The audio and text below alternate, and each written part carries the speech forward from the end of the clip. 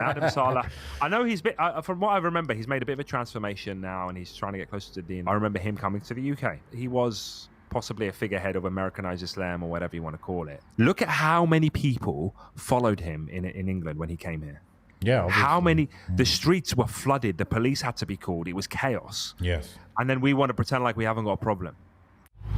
It's more about that excited giddiness of like such and such person has validated my beliefs. Not that I don't need validation. Like look at Jordan Peterson when he went and did that podcast episode with Hamza Yusuf, right? Yeah. And I watched all of that. And when people started getting excited of Jordan Peterson like talking about Islam and stuff, oh look, we line up and stuff. The fakeness is what gets me. The same with like when they slap Ukraine flag everywhere. Obviously, there are some companies like Canva. They're like, yeah, we stand with Ukraine, this and that. Maybe they legit feel that way, but at the same time, there are many countries they could have kind of taken that stance with. And so therefore it feels fake. Would you actually wear those outside? Bro, I wear these all the time. Don't you think it like makes you like stick out too much? Not where I live. No. It's like that, yeah? Absolutely. So that's why you've got the yellow hoodies and these, because it's like normal. Doesn't even... Bro, it doesn't even, perk the barometer, so to speak. Really? Okay. Now I see where you get it from then. Mm-hmm. Bro, I'm so sunburnt, honestly, bro. Like, look, I was sort of out there today at work and I kind of like, I was like, yeah, I don't burn. And I was like, oh, but you burnt or tanned? No, like I think I've just entered the realm of burning too. Okay, got you. Yeah. Because it's like a new sensation I haven't really felt before. Right. Okay. It doesn't really hurt. I mean, it just usually like it'll be tomorrow that it hurts. Probably. I've been sunburnt so many times, so badly, like badly. You know, one of them ones where this is a real story, yeah. Algeria, go to the beach with my cousin, spend like the whole day there, and my cousin who's quite like dark skin, he rubs olive oil on his back and he just lies in the sun. He basically fried himself, and for some reason I copied him, and I'm not dark. So he comes out with this like nice tan kind of thing. I'm just destroyed. Like I might have got cancer from that, bro. Allah musta'an. Oh no. Yeah, dangerous. Like my whole back, like after I kind of recovered from that, my whole back had like freckles from sunburn or whatever it is. I would say that was traumatic because I actually don't like the sea anymore. Like I don't like the beach, and maybe it's because of all those times getting burnt. I just associate that. I wasn't very careful back in the day. No. Yeah, I can imagine. You got to look out for kids as well, man. We put that sunscreen on the kids, make sure they're not getting burnt. Yeah. But no. What I find is like you put the sunscreen like the proper amount, none of this like lathering it on, right? You put the normal amount, then they will still tan. You'll still tan and stuff, but you just won't get burnt, and then it's like a healthy kind of level. Mm-hmm. You get some people put the t-shirts on when they're swimming. A lot of people do that, don't they? Maybe because they're a bit more conscious of their aura. Yeah. Yeah, I haven't swam in years, but last time I did, I've had a t-shirt on. Really? You haven't swam in years? You live on the beach? I know, man. Is your beach like not, let's say, a halal spot? I guess not. Mine's okay. Mine's quite good family-wise. Yeah, it's really? relatively family-friendly. Okay. But I don't know. I'm just not keen. It's not really my thing. Quite boring. I think beaches and swimming pools and these things, some Muslims take it a bit too easy on that stuff. Like certain beaches, you can know for a fact that it's pretty much haram to go there. Like you can't say you're going to go there and lower your gaze. It's just not going to be possible. Yeah. So as far as I understand, that would be like haram to go in the first place. But that's like seen as a bit extreme, and amongst some people, yani. But like a lot of things is like that, though, isn't it? Threshold is a bit all skewed. over the place. Yeah, we're all like that. We're all guilty of that in some form or fashion. We have our like societal norms that we consider as this is just the way things are these days. When truthfully, we should look into ourselves and think, Isn't that just the test in itself? Well, Yeah, sure, exactly. You know something? I don't know if we even talked about, bro, and I'm just curious. Who's been to more countries, me or you? I think I think we spoke about this before. Yeah, Are we if it, allowed to it was like 100 mention? episodes ago, if we have. So, I think you've probably been to more. okay, count them. Okay, I went to the UAE. Yes. I went to Tunisia. Yeah. I went to Morocco. I went to Algeria. I went to Turkey. 5, I went to France. 6, yeah. I went to Spain.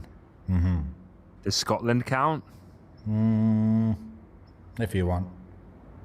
I went to Scotland. Okay, 8. You went to England. What, you want to count England? Okay, England. That's 9. That's it, really. I can't think of anywhere else. Not been to Wales? No. Not been to Saudi? No. Nowhere else in Europe? No. No. Oh, okay. I feel like I'm going to smash you. Yeah. So if we're counting like the British countries separately, I've been to England. I haven't been to Scotland. England, Wales, Northern Ireland. I've been to France, Spain, Germany. I've been to Sweden. I've been to Algeria. I've been to I've been to UAE, Oman, Bahrain. Okay, that's 11. Saudi, 12. Turkey, 13. Turkey, and then Thailand, 14. Malaysia, 15. Wow. But you had You're what, like- 10 or 9 or what was it? I had 9. Okay, just 6 more. You're like Ibn Battuta, bro. That's not even that much, you know, compared to a lot of people. You know, a lot of people that live in the UK, because, you know, it's so cheap to go around different countries and stuff. Did I say Germany, by the way? I think I did. Yeah, I think you did. Yeah. Ibn Battuta out here, bro. God, check your privilege, man. Like, that's normal. Come on, man. Yeah, I guess it depends who you compare to. You know, a lot of these people, you see them on Instagram, they're like going to a different country every few months. Because, you know, come on, bro, get a cheap, like, Airbnb, cheap flights. You know, I'm talking about, like, within Europe or whatever. You know, it ends up being... Yeah. I actually didn't travel that way because a lot of mine are, you know, like, around the Gulf or whatever. But that's just because I lived in different places, not, you know, so much. I didn't really do any independent travel too much, to be honest. And then I got married, and that's generally when people say, "Oh, we're going to travel the world." Yeah, it's the opposite. Well, I did the calculations earlier and just calculating how quickly we had our first child, after we got married, bro. Yeah. We did not wait around, bro. Yes. I'll tell you that. Lie about it. I did the maths, man, and I was like, whoa, I didn't even realize. Yeah. I think since I got married, yeah, out of those 15 countries, I went to one new country since I got married. One new one only. Don't burst the bubble for these sisters, bro. They're waiting for their husband to take them around the world. I had a plan actually to go Japan. Oh, don't But you say know, that. when the baby comes along, it's just like, nope. The reason I wouldn't go with I just feel like it would be a complete waste of time and money. Like I wouldn't be able to like actually see it. So I guess the deal is to save up a ton of cash so that when the kids are like, the youngest one is like, I don't know, like 8 or something. Then you bang them all out one after the other. I wish I went to Japan, man. Japan's like my dream to go to. After Mecca and Medina, of course. I'm putting that on the back burner until I go to Hajj. Then I can justify a trip to Japan. Because everything else has its justifications. Like I can say, oh, I'm going to see family in Tunisia, Morocco, Algeria, etc. Yes. I feel like if I save that kind of money to go to Japan, 'cause it's quite expensive. That could be Hajj money. Yeah, well, now that they've changed the rules a little, have you been looking at the news? Yeah, a little bit, yeah. Apparently it's gone even more up in price. So the news being that they've kind of cut out the middleman in the West, really. Yeah, boy. So you can just get stuff directly from Yeah. the authorities. The government, yeah. Visa and, accommodation and the whole package. But Yeah. Well, somebody what I said on initially Twitter heard it's was quite that expensive. someone who I know who's thinking of going, he said the minimum price now is £8,500. But then the portal actually opened, and it turns out I don't think that's the case, right? Oh, I don't know. That's what I saw. I saw like £8,000 to £10,000 minimum. Oh, I did see like 6,000 and stuff. That's a lot of money, man. It is. It is. When I went, I think the cheapest I saw was 4,500. 4,000. Oh, wow. So in your travels, were there any countries you've been to? Is there anything like that stood out to you, or anything like crazy that like in other people's cultures kind of thing? Like, so France and Spain is cheating a little bit because I didn't really explore it. Those were mainly because we would drive to North Africa, so we'd drive. Through. So when we were going to Tunisia, yeah, we drive through mostly. I mean, we stopped at France quite often. Spain was a blur because we drove to Morocco once, so that was. And we went through France and then cut over to Spain or something like that. When you go from Spain to, do you go from Spain to Tunisia or France to Tunisia? France to Tunisia and Spain to Morocco. Where do you leave France? Marseille? Yeah. Okay. Yeah. As you get closer to Marseille, you start seeing more and more convoys because they're all catching the same boat. Yeah. It's quite cool, yeah. My dad was telling me apparently there are kind of robbers, you could say, robbers that specialize in people 100%. driving to Morocco, Algeria, 100%, Tunisia. 100%. And most of them are Moroccans and Algerians. Maybe, I remember we parked in Aix-en-Provence once. My dad and my mum and my sisters were all asleep in the car, and we parked in town, bro. Like, we parked in the middle of town. There's people walking everywhere. We've got loads of stuff on the boot, and I do not know why or how this was even allowed. I must have been like 12, 13 years old. I decided to go and sit like in front of the car, just sit on the wall at night. Bro, what was I thinking? I would never let my kids do that. I don't know if my parents let me or if I just did it without really asking, like being immature and young and stupid. Yeah. Either way, there was some dude, like, he came up to the car and started scoping it out and then started trying to see inside our stuff. Wow. And I could see him, but he couldn't see me. And I shot up like that to see him. He saw me and ran off. And I told my dad, and he was so proud of me, man. He wouldn't stop mentioning it. Even recently, he was talking about it. He was like, "Oh, you saved us." MashaAllah. Yeah. But yeah, man, absolutely. Like, my mum and dad used to go before we were born, and my dad, he always used to tell me a story of like he would like cut his own hair or something like that with a razor. So they parked the car, and he was using a mirror to cut his hair or something, and my mum was helping him, and then through the mirror he saw this car pull up behind him, and like he told my mum, apparently he was like, drop everything you're doing and get in the car slowly. And apparently, like, she just froze and listened to him. They jumped in the car, and then I think they got almost got jumped or something, and they had to drive off. Wow. Apparently this happened all the time. In France, I think they used to have a convertible like with a soft top, and I think some people like broke into it and stole stuff. It's well known, man, especially if you see a car with a different number plate or whatever. Yeah. It used to be a known thing. Apparently, like the Haraga, who they have jobs and stuff, so they kind of... Shame, isn't it? Treachery, bro. Absolutely. Treachery. So no stories, experiences? Oh, sorry. I can't think of any. It's been... when I was in Turkey... I remember it was really like high security. Maybe something had happened recently, and like we were eating in a restaurant, and we were eating in a restaurant in Istanbul, and then we hear all these like loud bangs, and my wife was like, "Oh, there's fireworks," and I'm like, I start looking at everyone else, and I'm like, "Oh, that's not fireworks," because I realized like everyone's going out to look like down the road, but it's not fireworks because. It's just not fireworks. Like, I don't know how I knew it wasn't fireworks.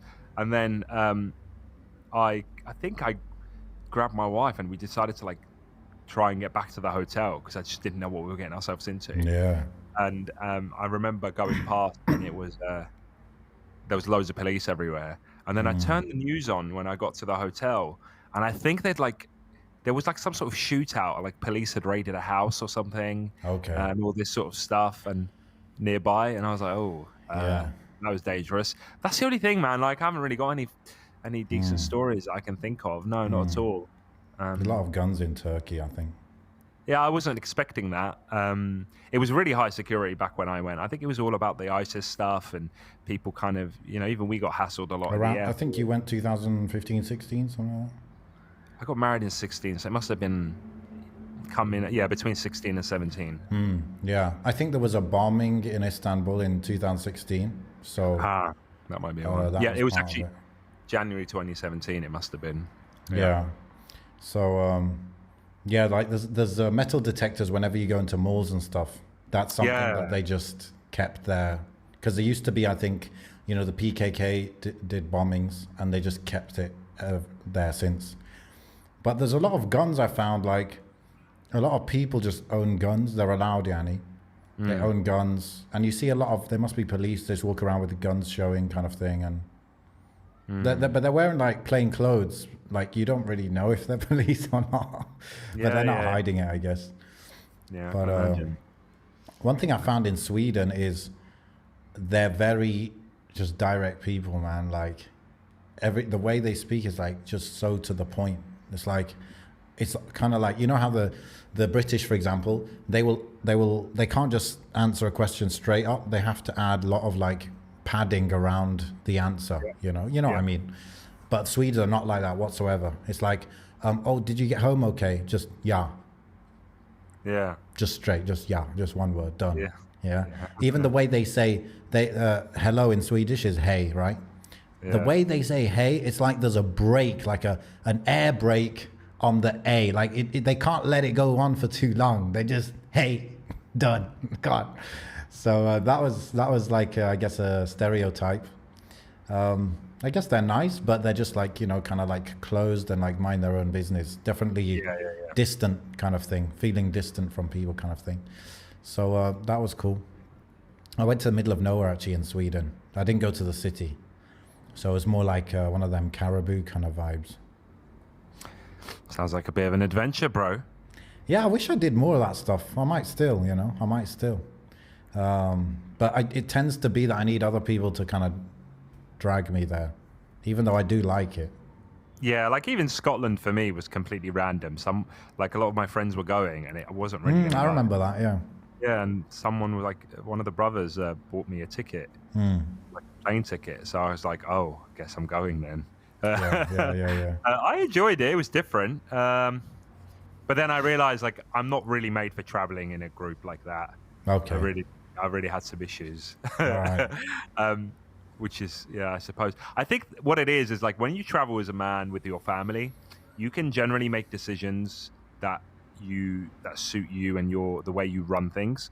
Like, and especially like when I was with my dad, like when my dad was the leader of the house and he would travel with us, I certainly picked up all the ways things should be done from him. So I aligned with what he thought, Yes. Rarely, I can't even remember ever disagreeing with him. I just took his lead for it. Yeah. When I went with these brothers, it was like suddenly there was 10 men basically, and they all had their own understanding, or at least they had a similar understanding how things should be, what's acceptable and what isn't. And I had mine, and we clashed a lot with that. And that's why you need an emir, innit, when you travel. Well, we did have one, and I think that sometimes caused a problem as well, because the emir couldn't manage everybody, because we're all, the emir's not the oldest there, and this and that, and emir can be easily swayed.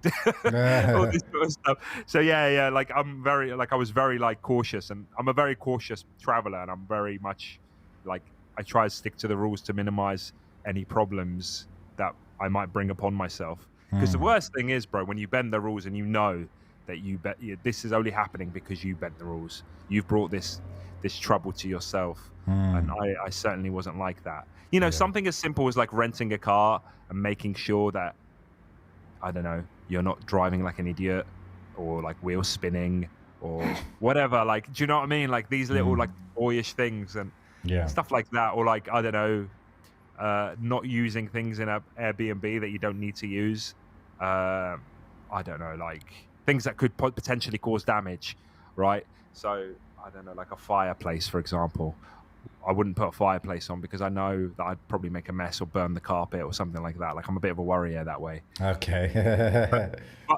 but like it's the middle of the summer. Like why would you put the fireplace on? That kind of thing. Novelty. It's a novelty. So what it is, like a lot of novelties, some of the brothers were really into it and wanted to experiment with them and stuff. Yeah. And I'm like, no, we don't need to do that. Like, why are we're gonna bring something upon ourselves here? Damn, you're controlling, bro. No. You're controlling, bro. No, but like, if you tell me I've never used a fireplace before, Yeah. and you want to put it on in an Airbnb in the summer, Yeah. all I'm thinking of, this is a new carpet and you're going to burn it and we're going to have to pay for this. No, but that's their fault, isn't it? But it won't be when it happens. It'll be, oh, brothers, can we all chip in? No, I wouldn't. I would tell them, look, you want to do that as your responsibility. No. But I wouldn't stop them, innit? No, yeah. Anyway, such is life. Yeah. Don't travel with me, bro. Just yeah. don't Now travel you've warned me. You've warned me. So we have a few topics actually for today, other than what we've already discussed. Really? Well, Hit me with it. should I just say them? Yeah, because whatever we don't cover might be a teaser for next time. So we got the Marvel one, we got Mr. Smith, and we got. We're like Internet Explorer, bro. We're just slow. This stuff happens, and we react to it like 3 months later. Okay, well, I'm not really talking about any specific one incident. Oh, okay. You know, although the Marvel thing is recent, right? Yeah, I think it is. I think so. When you say Marvel, we're talking about Miss Marvel. Exactly. That's what you were talking about today, right, on the Telegram? Yesterday. Okay, yesterday. Yeah. Yeah. I just so Miss Marvel is she's a Marvel Comics superhero. I came across her quite a few years ago in the comics. She's got stretchy powers. She's kind of like Mr. Fantastic, I suppose. She's also like a fan of the Avengers, and she becomes one, I think. And she's a fan of like Captain Marvel, who's this other like female superhero woman. Captain Marvel, that shouldn't be a woman. She's pretty cool. Just doesn't sound right.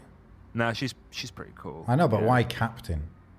Because she was a fighter pilot before she got superpowers, I think. Fair enough. And that's where she got it from. So all of these characters existed like years ago?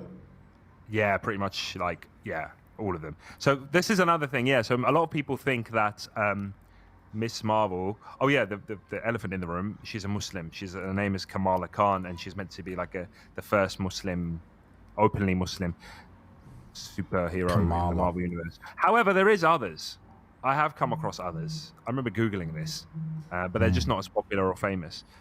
Miss Marvel comics. I just want to see when she came about in the comics, because I have a feeling it's like post 20. I want to say like around 2010. I'm assuming. So she first. Oh no, I think she probably wasn't Muslim, and then they kind of made her into one. So like I think there's been a few Miss Marvels. So the person who's Captain Marvel now was Miss Marvel at one point. Yeah, so she had the name Miss Marvel back in like 1968. Then we had someone called Sharon Ventura. Basically, the Muslim one came about in 2013. 2014. Okay, yeah. 2013. So that's quite a while ago, yeah.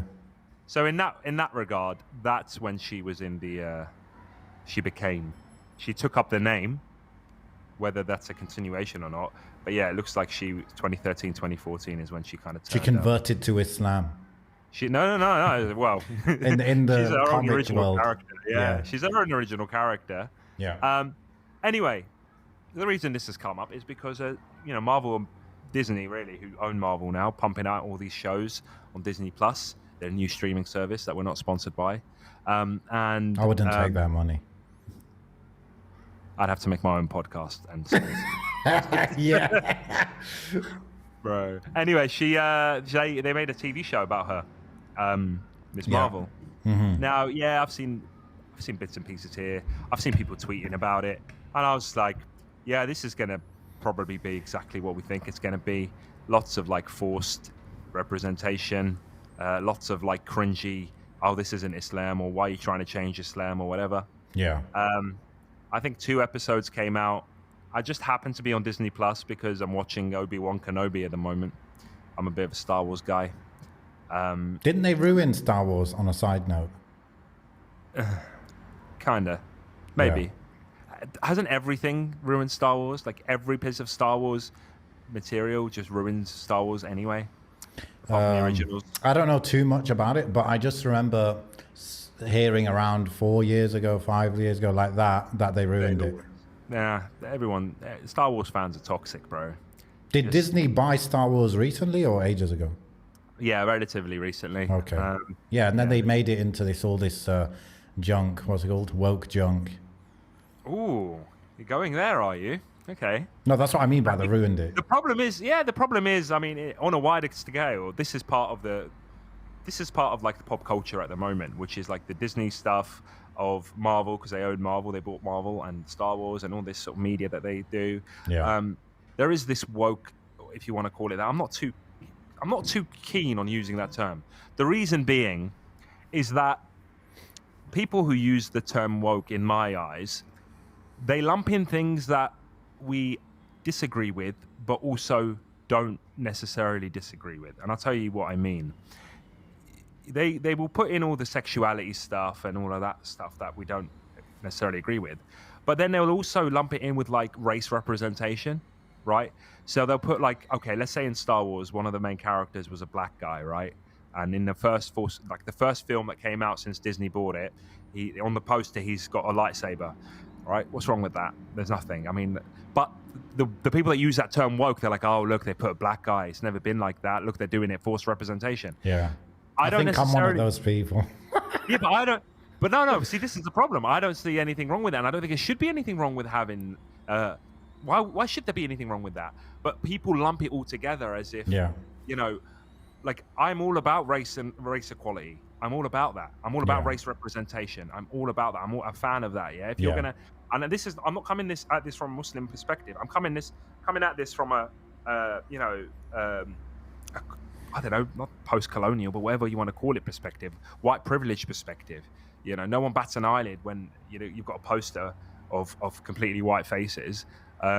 So why do you say as a society that everyone is a citizen, right? But then in your media, it stands out and it's a problem if one person there isn't of white, ethnicity, whatever you want to call it. Yeah. Like, that's what I'm trying to say. It's the hypocrisy. So like, be about what you say. Yeah. Don't just say it, but not display it, so to speak. So that's it. That's what I'm saying. Not that I support all of this stuff, whatever, but I'm just trying to say. But then, you've got critics of that kind of movement lumping in race with sexuality and faith and all this stuff. Yeah. And that's the problem. That's what I don't like. And the same thing about Muslim representation and Islam and religion, right? We often get lumped in with liberals in relation to us trying to get our rights. We have to then also... Because we're minority. Because we're minority. So minority rights go hand in hand with race rights, go hand in hand with sexuality rights, goes hand in hand with gender identification rights, all of that stuff. Well, no. I agree with some of that. I don't agree with all of that. Yes. So don't. The problem is, you've got woke and you've got this term.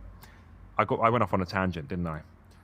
Well, just to go to the woke thing, because before people say I'm racist and stuff, right, as they usually do, I think what you're saying makes sense if that was the truth, if that was the reason. Look, I don't have a strong opinion on it, but I do feel. It's stupid to me, okay? The reason is nothing to do with the guy is black on the front, not black, whatever. The reason is that it's forced and it's fake. That's the reason. And it's just like one of those like roll your eyes moment, like, oh, we're really like gonna just like force it like that. When I know deep down, the people at the top of these things are usually like have their own demons that's in that department anyway. So the issue I have with is nothing to do with the black guy, not black. Really, I don't mind at all, no problem. It's just the fakeness that I have a problem with, and that's whether they're a Muslim on the front, a black person on the front, or Batikh on the front. I just think you can't. I think you can't make that comment without knowing. That's the problem. Like you can't say that they've put that person there for tokenism, for example. You can't say that because you don't know. It could just be genuine representation. It could just be a genuine display of the diversity of a particular caste or society. But that's what I'm saying. That's what that I feel is wrong. But you won't know that. That's what you're saying is, okay, look, if you saw the notes from a meeting at Disney, for example, then you know. They specifically said, oh no, we can't have that white person. We need to specifically have a little note. Need a black dude for the front cover. Yeah, we need a black guy for the front cover, and we need more Latino representation. Blah blah blah. Yeah. I understand that. Then you could say, okay, that's forced. Like, let it just go to the. But without seeing that, one could also assume, well, this is just natural. He came, auditioned, and did very well. Do you understand what I'm trying to say? Like, you don't know. And I know that, like, because you see this sometimes, actually. They'll have script writers, and they'll say, okay, we're casting for this particular type of person. So then you can tell, well, there's some sort of thought process that's gone here. Like, does race exist in the Star Wars universe? I don't know. Like, in that regard, like, does racism exist in that regard? I don't really know. But either way, like, I'd avoid making comments about the intentions of these corporations. Yeah, I know it's easy to assume. You're right. I agree with you on that. Like, you can't say any specific film or whatever is the reason they have done this. Why this is because of this fake agenda thing, right? However, it is obvious on a general thing. We can't be specific, but generally, we know there's a lot of fake stuff going on. And no, of course, yeah. Part of it is because of I think there's some sort of like ideological reason behind it, and there's also just a money-making reason behind it.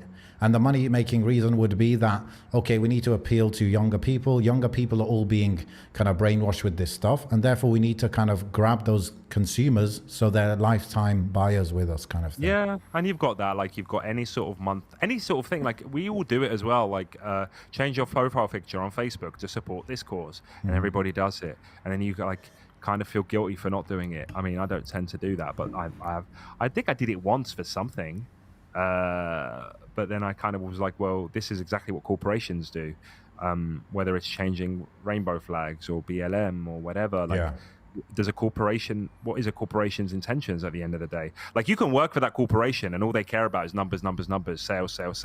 But suddenly you've grown a conscience overnight. Like, how did that happen?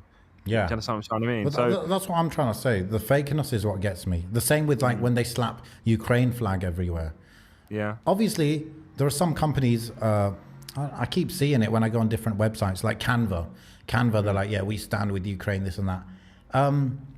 Maybe, you know, they legit feel that way, you know, they have staff in that country or something and blah, blah, blah. But at the same time, there are many countries they could have kind of taken that stance with. And so therefore it feels fake. And we can't say that specific company is being fake. But when you see it everywhere and everyone's jumping on this bandwagon, I just get repulsed a bit by it. That's all. That's all. Yeah, maybe. I think I just try and not go into that because I don't have enough. I just don't have the evidence to back up. Yeah, that's why I'm not bringing them to court with it, right? No, I know. And anyway, most of these companies, you know, like Disney, you know, pretty much shaitan as far as I'm concerned. So yeah, but at the end of the day, like,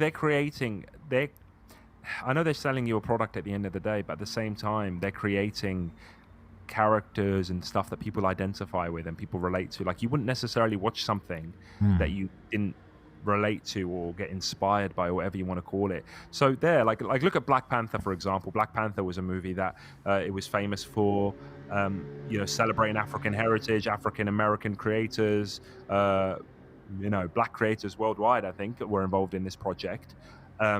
Personally, like, the film was okay. I didn't really like it that much, to be honest. But I also saw how gassed people were, like how, you know, inspired people were that there was this character that looked like them, acted like them. Do you know what I mean? And and you know, growing up, I know how important that is. Like, I'll give you a famous quote. Stan Lee, the creator of a lot of these Marvel comics, he created, you know, characters like Captain America, Spider-Man, etc., etc. He said about Spider-Man, the reason why people relate to Spider-Man so much and he's so popular is because typically, he said the way he created the character is that anyone can be him under that mask. Yeah. Like, he's covered, so you wouldn't really know. Like, there's famous quotes of, like, civilians trying to guess who Spider-Man might be, and they're like, oh, I wonder if he's black, or oh, is it even a man? It could be a woman under there, or whatever. Like, it was just this this figure that everyone and anyone could really identify with, as opposed to heroes of the time that like they were either super soldiers or they were really rich and powerful or whatever. Like you couldn't really relate to that. This was like a teenage kid going to high school, not very good with ladies and not very good with money, I suppose, very poor and stuff as well. So a lot of people could relate to that. But regardless, speaking of relation, let's try and bring this back to what I was actually originally talking about. Yeah. Is Miss Marvel, wasn't it? Miss Marvel. Muslim superhero. You know, the 2 episodes were launched on Disney Plus, and I was sat there and I was like, do you know what? I'm going to put this on just for the culture, just to see, are they really going to be what I think they're going to be? You know, as everybody kind of is saying online. So I've only watched episode 1. Yeah. And I must say, initially, it's very well edited and stylized. Like it's got a certain level of art to it, which is it set in America? Yeah. Yeah, it's set in America. It's set in that Marvel universe, so to speak. But it's very stylized and very like, you know. Anyway, I don't really know. Now she's meant to be, I think, Pakistani, based on what I've seen in the episode. Khan, isn't it? Yeah, but the heritage is the Pakistani heritage. Now, they haven't pushed heavily. I mean, they started off with like some Islamic things. Like one thing I do recall, like it kind of made me laugh, was like she's got a brother who's got like a big beard. But at one point, he's just randomly making dua, like loads and loads of dua or something before he eats. And like I think his mum's like, stop. I think she's like, oh, eat your food before it gets cold. Like stop making so much dua and just eat your food before it gets cold. Something along those lines. I can't remember. Well, but you know why that is, yeah? Why? Because he's going to be like that overly strict brother, and she's like trying to be like cool and liberal. Well, that's what you'd assume, but it's actually the opposite. Okay. Like, I can't put my finger on him because he's meant to be like a religious one. Yeah. But he kind of isn't in the same way. Like, you know, I can't really put a finger on him. Oh, so maybe they want to turn him into the fake religious hypocrite character. Like one of the things is like she loves superheroes. She loves this particular superhero, Captain Marvel, and she wants to like, she's making a costume to be like her. Yeah. Okay. And there's this big like comic sort of, not a party, but like a convention / party thing going on. She really wants to go to it and compete.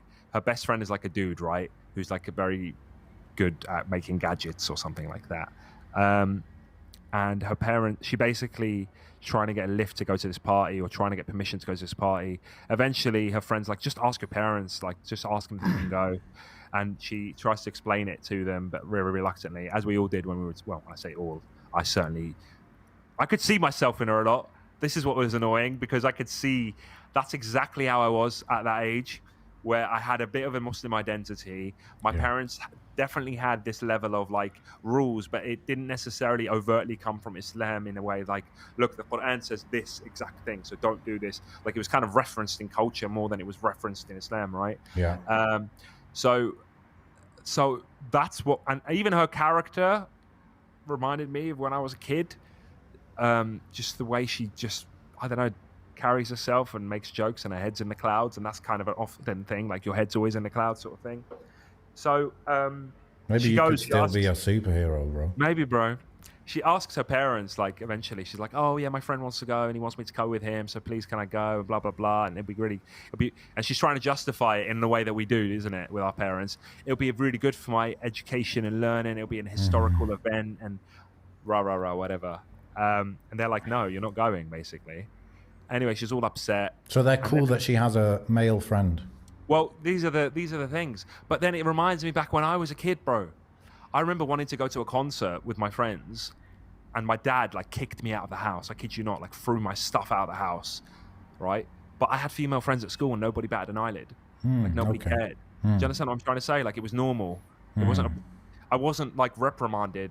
Like I remember being young. Like one of my friends at school was like a girl, and she was really suicidal at one point. She was going through something, and I remember going to my mum, and be like, "Oh, mum, what do I do? Help!" and whatever. But I wasn't like reprimanded for having a friend that was a girl. Do you understand? But I was certainly reprimanded for trying to go to a concert at night with my friends at 16. So can you see what I'm trying to say? Like this is what I kept seeing. And then what else? So her brother comes up later on, who's already been like kind of identified as the Muslim one or whatever. He comes up to her room or something at one point. He's like, "Oh, why have you still got the light on? Are you still scared of jinn or something?" Bro, that made me laugh. I was like, okay, that was that was probably representative. How old is she supposed to be? Oh, I don't know. Maybe 16, I think. Like school Yeah, age, I yeah? think I think she's 16. And in episode 1, she doesn't have superpowers yet or something. No. Like, so basically, she's made this. God, spoilers, by the way. Spoilers, everybody. For those that want to know, she's made this costume, and she's like, she thinks it's missing something, right? And long story short, like, she's got these ancient bracelets that belong to her grandmother that she finds in an attic, and she puts them on, and they give her powers. I don't know, whatever. That's what happens later on. Sounds like magic. But at one point, what was I going to say? So yeah, her brother comes up, and he's like, "Oh, don't worry, I'll speak to them for you and see what we can do." You know? So that goes to show you, like, he's kind of for it, but not for it, or whatever. Either way, the parents come up to her the next day, and they're like, "Oh, we have a surprise for you,"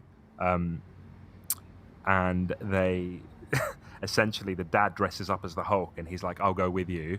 I have to go with you for the first 2 hours at least, but you have to wear this outfit instead. And instead of the Captain Marvel outfit, it's like a sari that's in the style of a Hulk, but it's meant to be more modest, right?" Okay. So she's like, "Oh, you're going to go there, and there's going to be people with skimpy clothing." Her mom actually says at one point, "Look, I know you want to go to this convention, and I know there's going to be lots of haram there, but we've decided to let you go on the one condition." Blah blah blah, and the dad and all this stuff. And she shuts her dad down. She shuts her parents down. She's like, "No way, that's embarrassing." Blah blah blah. And her dad looks so sad, and he's got all this face paint on, green face paint, and all this stuff. And bro, you know what? That bit, I looked at my wife, and I was like, "That's really sad. Like, that is legit the struggle of a parent in this kind of society." Yes. Where, especially in a society where they may not necessarily be like strict to the level. I mean, they're meant to be displaying the parents as very strict in this show, but they're far from it. In reality, yeah. In reality of Islam, they're far from it. Compared to like American parents, I guess. Yeah. And I remember that, like, me and my mum had that conversation recently about, like, how did she raise us? Because alhamdulillah, me, my sisters, we're all praying, alhamdulillah, we're all practicing. My sisters wear jilbab, niqab, that kind of thing. And like, we had guests recently, and they asked my mum, "Oh, like, how did you achieve that?" And my mum always says, and she's probably listening to this, so if I say it wrong, she'll shout at me, but my mum has always said, like, it was like a combination of, like, telling us, but also trusting that we would make the right decision eventually. And she was always worried that she'd push us too much, that we would, like, run away. So it was like this very touch and go relationship. Yeah, I can imagine. So if we came to her with something that might not have been right, she would prefer to kind of just, like, talk to us and accept it and kind of move forward in a way, as opposed to, like, coming at us harshly, which would make us run away from her, run away from the deen, and run away from all of it. But you can see that, like, I could appreciate that struggle being really difficult. Yes. Because you worry about losing your kids in this society. Like, if you're too strict, they could just be like, "I don't want anything to do with you or this family or whatever," and run off. It's not you and the village. It's not you don't got the village backing you, basically. Yeah. You've got the villages ready to take your kids from you, basically. Yeah. You've got wolves out there, and this is exactly at least in this scene, what she kind of does. She lashes out, and she's like, "Oh, you're embarrassing, and no, and why would I do that?" And she gets all crying and all this stuff, and then she comes up with a plan that she's going to sneak out and go to this thing anyway. So she does. She sneaks out, goes to this. This thing. is all very cliche, bro. I know it's cliche, but this is the thing, like, dude, I know it's cliche, and I know, like, a lot of Muslims are like, "Oh, this would never happen," and blah blah blah. But I definitely saw it all happen. Like, I agree, bro. I think it is representative in a sense. Like, if you're talking about American Muslims, for example, like, why is that not representative? It's just that we don't like to think of ourselves like that, right? I think the only it hasn't got to this stage yet for me, but the danger that it could go to, and it probably will go to, is when it starts trying to display Islam or change Islam to fit a particular narrative. So it will say, "Oh, like, let's just say, for example, oh, you can do that because Islam is all about love, and you can do that." Like, if they started saying that, then you would be like, "Well, who are you to start changing Islam?" I don't mind them. Like, I mean, obviously we mind stuff, but, like, do this, whatever, feel your boots, whether I agree with it or not. Just don't change what Islam is, okay? don't start saying, and this is the issue I think some people highlighted with the comic itself. The comic, there were panels that were shared on Twitter from the comic where like she's got this weird obsession with bacon where it's like she wants to eat bacon. She doesn't eat it, but like there's a panel I saw where she's like in a shop and she's like sniffing bacon saying, oh, it smells so good. And her friend's like, well, you know, you can have like turkey bacon, it's just as good, right? And then shopkeepers having to go at her like, you can't smell for free, like either buy it or leave. And she's got this like thing about like, oh, but it smells so good and I want it. Whilst every Muslim I've ever known has never ever been tempted with bacon. I've never known any Muslim like, oh my God, it's so good. Yeah. Unless they're like a revert who's like, and it's very few and far between, who grew up eating bacon, for example, and thinks it tastes amazing and is like trying to wean themselves off or something like that. Yeah. I don't know any Muslim who's ever been tempted, who's ever like even, you know, quote unquote the worst Muslim that I've ever met, quote unquote, and I'm not there to judge any Muslims, but like typically, you know, they still think bacon is abhorrent and like whoever eats it is just absolutely gone. You know what I mean? Yeah. You know, so I was guess really they got weird. that bit wrong. Yeah. Yeah, but the problem is that's the only thing socially acceptable in the Western world that you can not eat by choice. Like if you were to say I don't want to eat bacon, no one's going to say, "Oh, you're such an extremist" or whatever. They'll be like, "Yeah, fill your boots. You can be vegan. You can be, you know, anti this, anti that." Yes. But if you were to say, "Oh, I really want a boyfriend, but I'm just not going to do it because of my religion," they'll be like, "Oh, come on, live your life a little. Yes. What's wrong?" Yes. You understand what I'm trying to say? Yeah. Yeah. But yeah, Miss Marvel, essentially. She comes home, bro, after the party. It all goes chaotic. Her powers come out in that party, and she does all sorts of crazy stuff. And then her mum's waiting for her as she climbs through the window. With the slipper. Well, no, that would have been more accurate. But her mum's like, this isn't you. Like, why would you do this? Why would you upset me? Why would you know that this was going to hurt me and still do it? And, bro, that cut deep, man. Because I remember, like, that feeling of, like, disobeying your parents just to follow those. But I know that the narrative isn't going to go that way.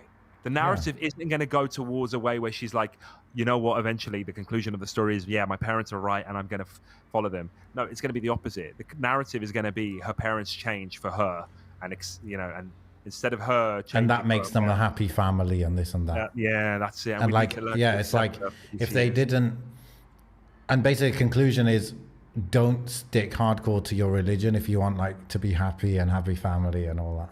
Yeah, I mean, I've seen bits of like there's in the trailer. I remember there was like a scene where they're all praying, like she's in a masjid. Maybe it looks a bit weird though, but they were all praying and then she's like distracted while she's praying because she's thinking about something else. I haven't got to that obviously yet, but this is it. Like people can also say, oh, we should make our own media and we should do this, and even that bores me. I'll be honest, I'm not too big on that. Like, I just feel like we've got our own things to worry about. Why do we need to make our own movies? And I don't know. I guess some people do it regardless, right? They're just into that. Yeah, I've got a friend who kind of approached me about scripts and making movies and stuff like that. And I've always had some ideas in my head, just being relatively creative, I suppose. But never to like. I think the difference is I never thought about doing it to compete with these guys. I think a lot of people go, oh, I'm going to do it in a Muslim way, in a halal way. And I'm going to make it my mission to be just as good as they are, which like you can respect that from one angle, but I'm like, they don't mean anything to me, like in that regard. Like they aren't the best or the top or whatever to me. So I don't need to compete with that. Like if I want to make my own thing, I make my own thing. Like Pure XI, for example, some people would always say, oh, this is just as good as all these other brands. And like, you could be up there with those brands and stuff. And I never wanted that. And that was always my worry, that what would happen is if Pure XI was to get really good and big and everything, the pressure from being that big, the pressure of that industry on top of you would destroy me.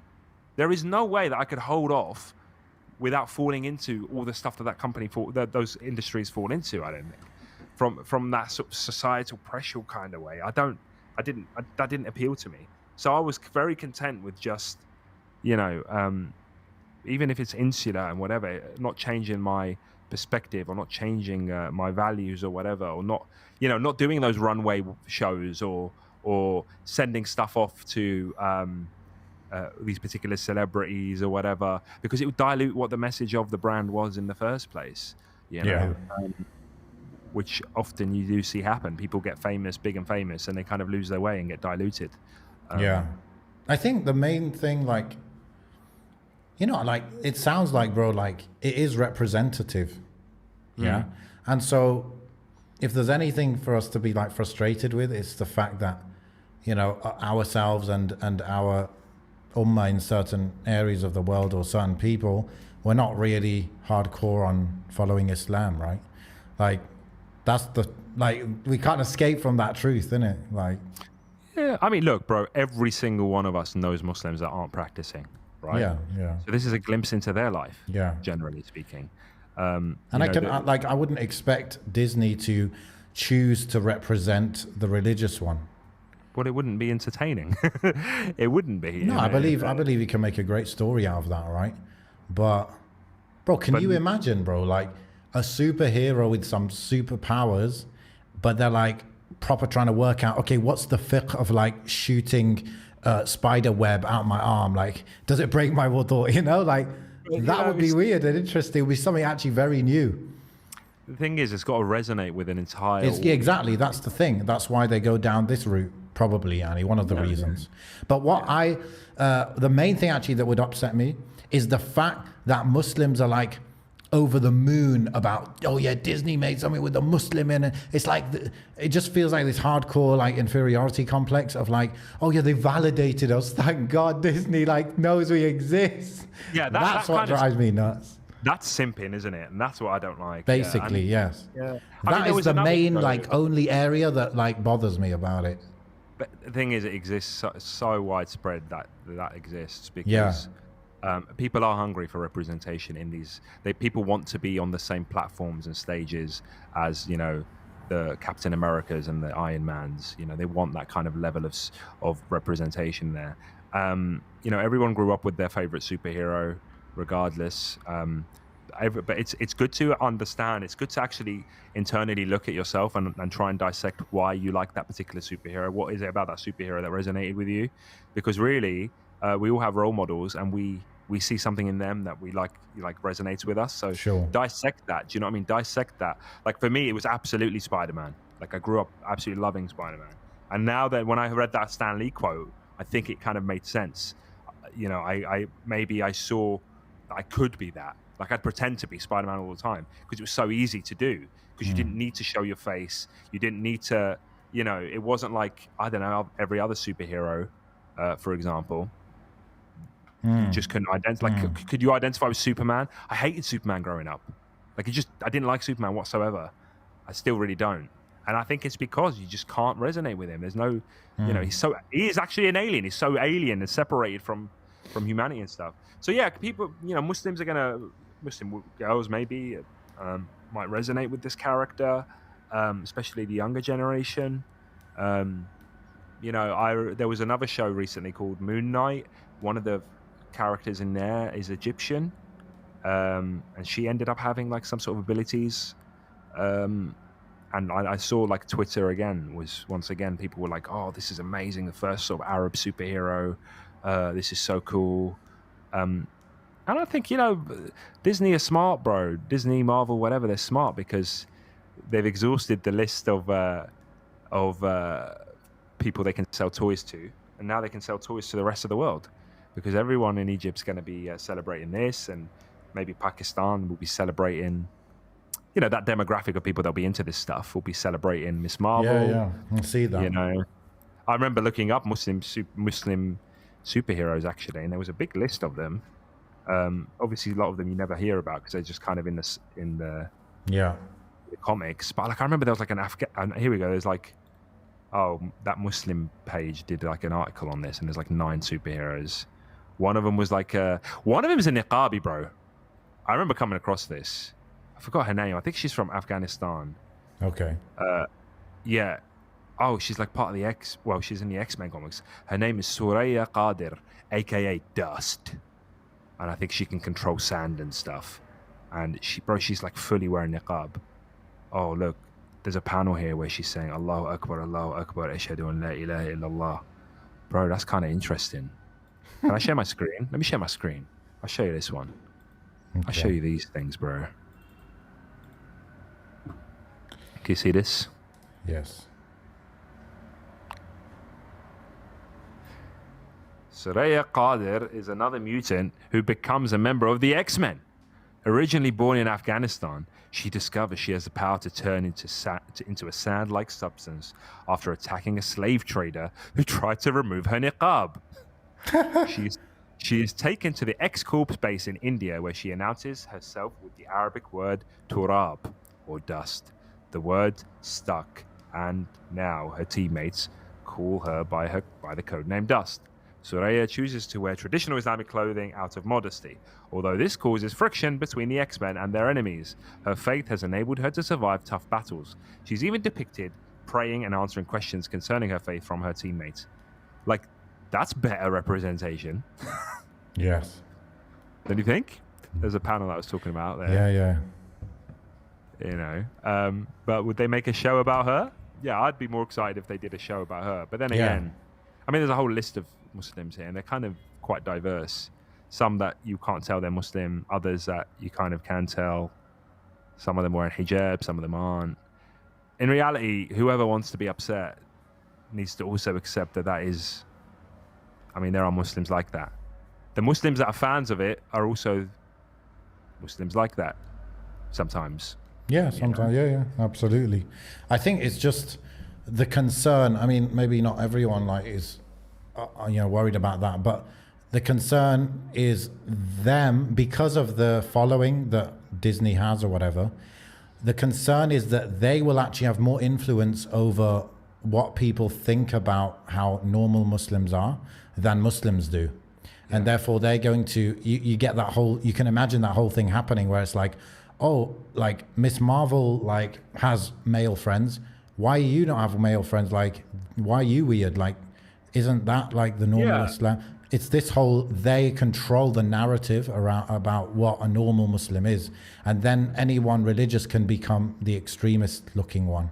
Yeah, I mean, dude, her boy best friend was came over to the house and stuff, and her mum made him food and gave him loads of food to take home. I at one point, this one bit didn't make sense to me.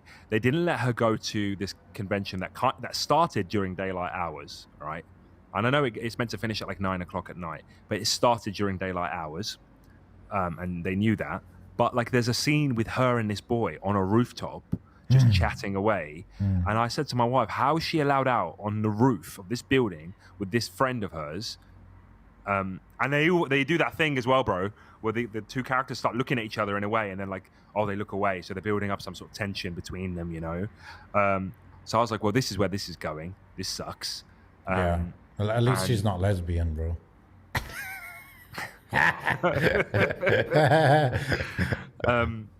Yeah, look, ultimately, my conclusion, I know it's only just one episode. Ultimately, it's look, whatever, fill your boots. No one's going to stop you. We're not going to get on the streets and protest about this, right? It's not that level of stuff. However, the point where I would the line that I wouldn't want crossed is you changing what Islam is overtly, you saying, "Oh no, the Quran says this, and that means." You can, what I said earlier, change the meaning of something or force it. I saw a clip where they quoted, they kind of tried to or vaguely quoted a hadith regarding, not hadith, sorry, ayah of the Quran, but he kind of just vaguely references it where he's killing, or saving one life is like saving all of mankind or something along those lines. So they're using those elements to kind of fuel this kind of superhero narrative. I think I haven't got there yet, but I don't mind that too much. I get what you're trying to say there.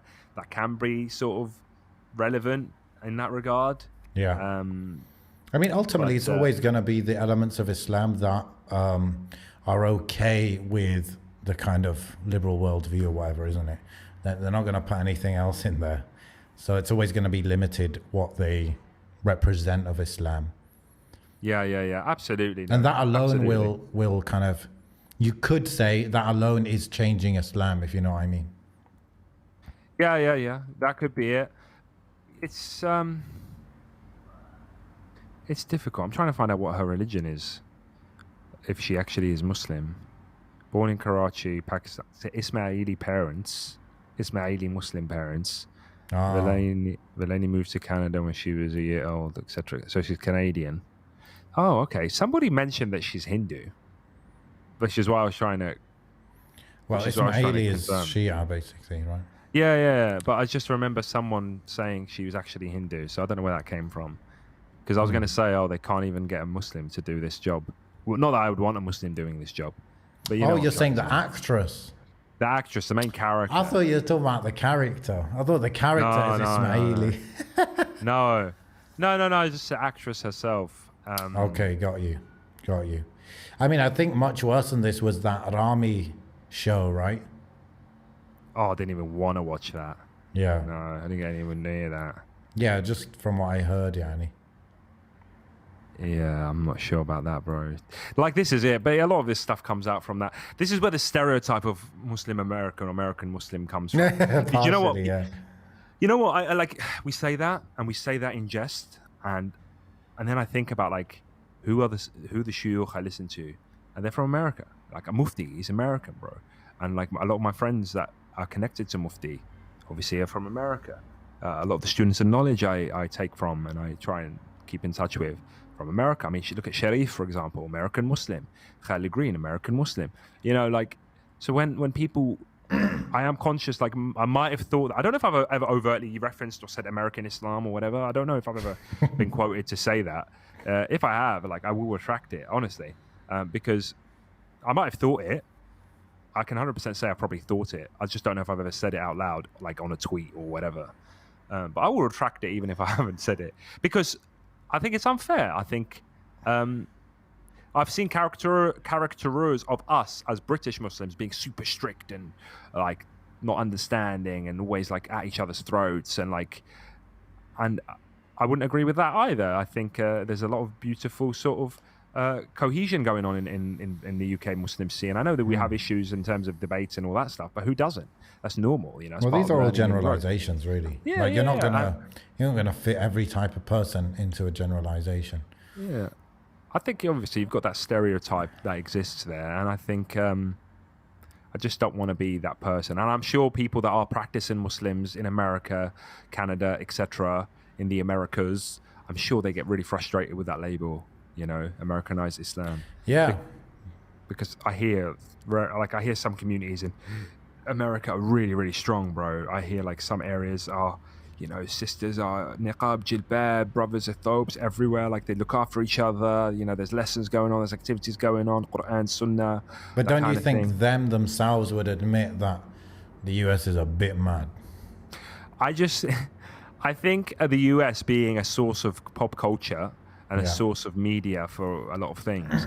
I think the US pumps out more media than we do from the UK, right? Yeah. And because of that, we see it all from America, and we then paint a picture of what Muslims in America are like. However, the UK also has that flavor of Muslim. It's just not as advertised, okay? I think the media I don't know, bro, because you do get your understanding of how American Muslims are from that stuff, but you also get it like from the street, and the street kind of confirms it, Yani, from what I have heard. I don't know. I think a lot of, look, where's this term Americanized Islam come from? Like, it's come from YouTube. Yeah, YouTubers. Yeah. It hasn't really, it's only just started reaching mainstream media like films and Disney and all this stuff. So when this term came, it's all from YouTube videos, YouTubers, you know. Well, that term, yes. I don't want to disparage the brother. I don't. But I can't ever forget when Adam Saleh came to the UK.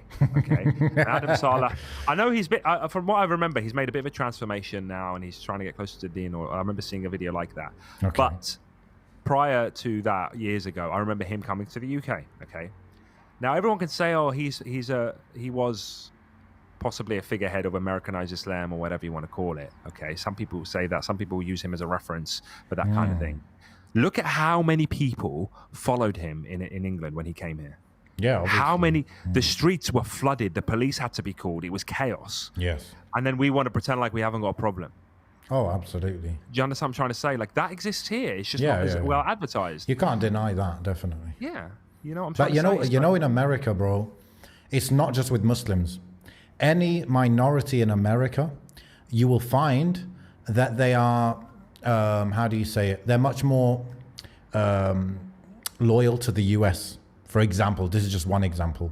The reason being is that the US has a very strong, much stronger, not very well strong, but much stronger than the UK in its nationalism, in its culture, right? It has a specific culture, you know, the whole Constitution thing, the whole First Amendment, Second Amendment, all this stuff is way stronger in the US than in the UK. In the UK, like, minorities grow up in the UK like making fun of the UK.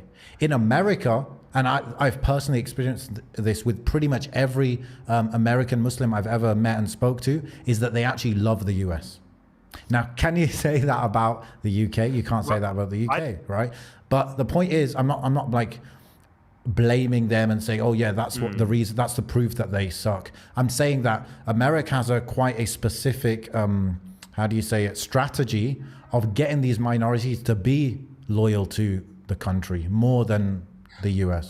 I think it's because America as a country, as a society, as a culture, advertises itself from day one. Yes, like, it's got the PR pie. Machine, yeah. It's a pie that everyone is entitled to a slice to, right? That's the thing. Like, it's like land of the free home. Yeah, exactly. American it's a land of immigrants and all that. Yeah, land of immigrants, etc. You know, and there's an ownership there. So, but part of that is the marketing, of course. Yeah, of course. Yeah, but people can have a certain level of ownership over that, and people will say, "Well, what's the difference between me and an Italian American?"